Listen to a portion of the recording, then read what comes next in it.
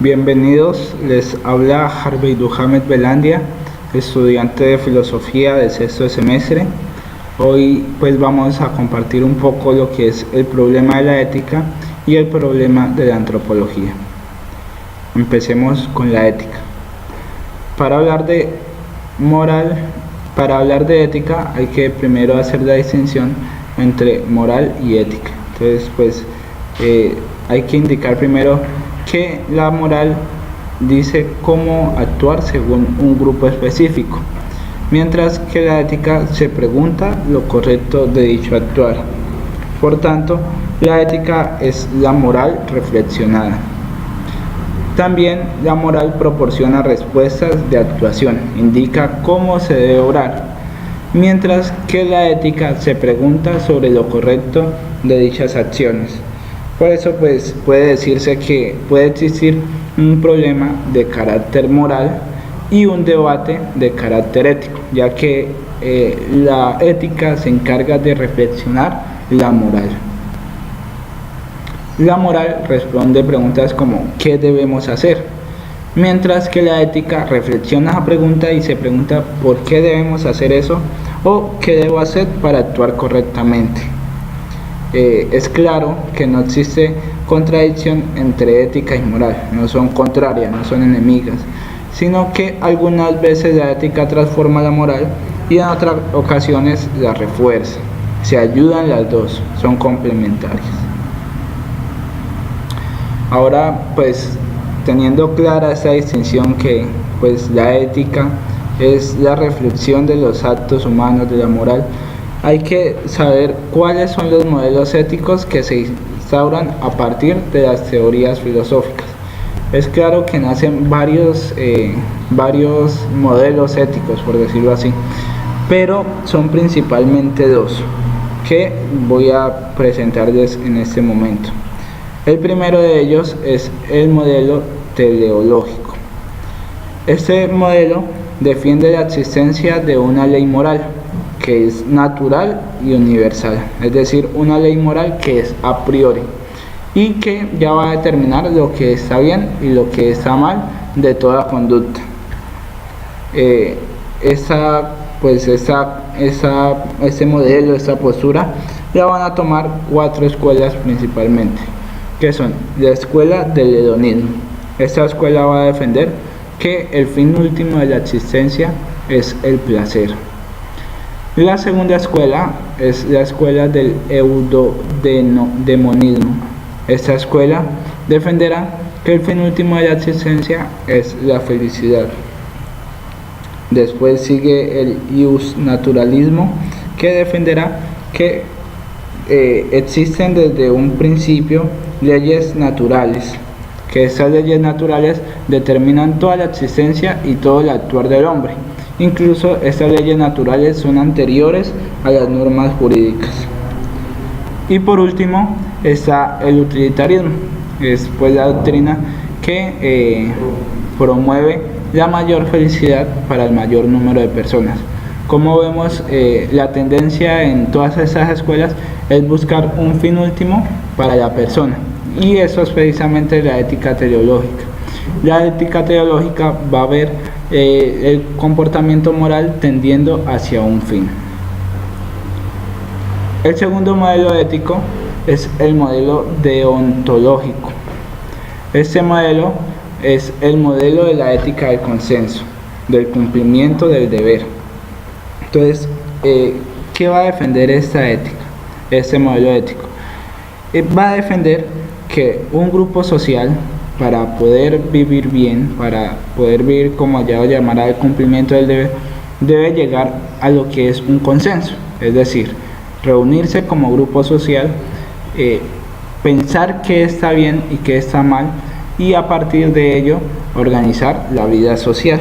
O sea, el mismo grupo social determina su comportamiento ético moral y lo analiza y lo determina. Esta corriente es representada por el formalismo, es decir, la ética kantiana, y por la ética discursiva. Ahora pues pasaremos un poco a lo que es el problema antropológico. Entonces, pues para hablar del del problema antropológico, hay que primero ver al hombre como un ser paradójico y complejo.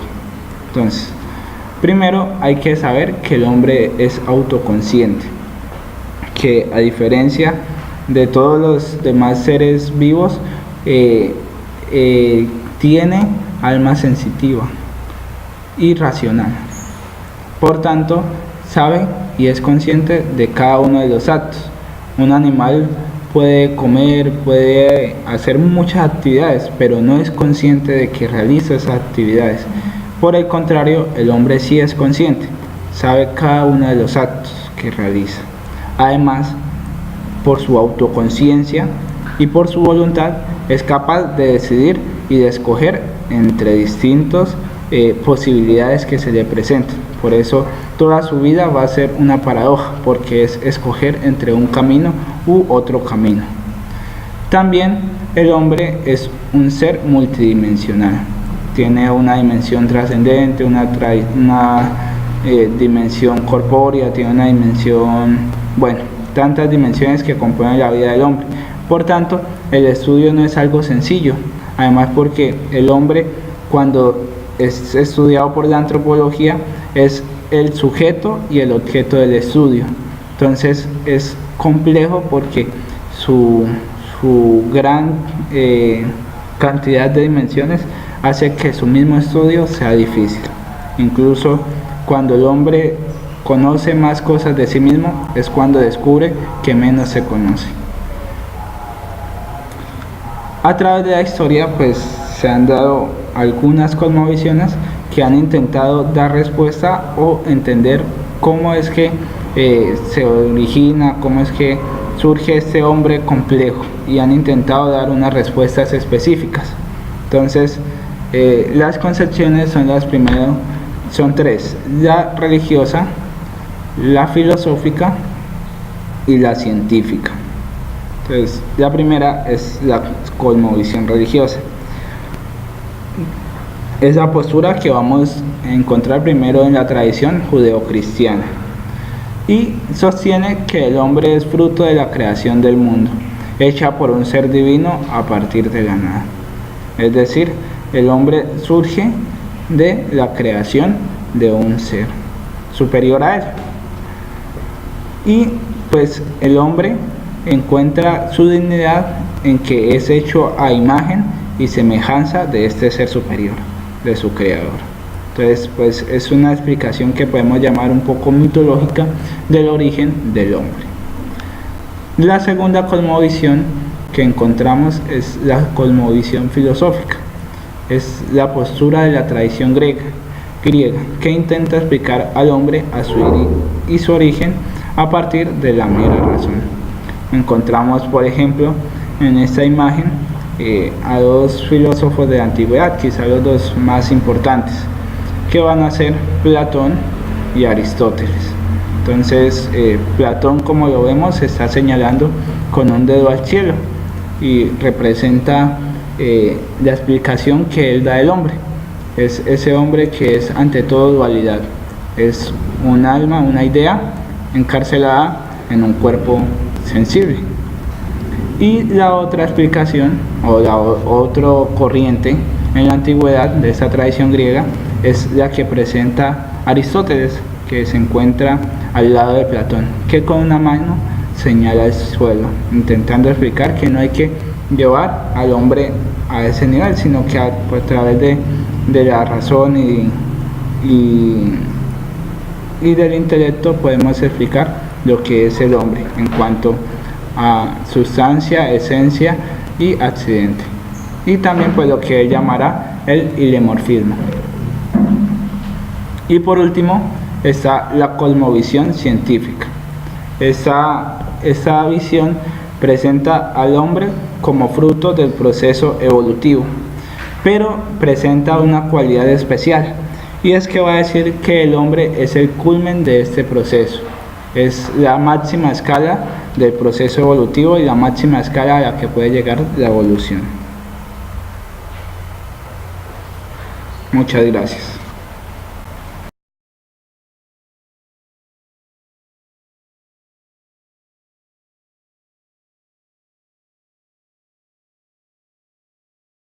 Moral proporciona respuestas de actuación, indica cómo se debe obrar, mientras que la ética se pregunta sobre lo correcto de dichas acciones.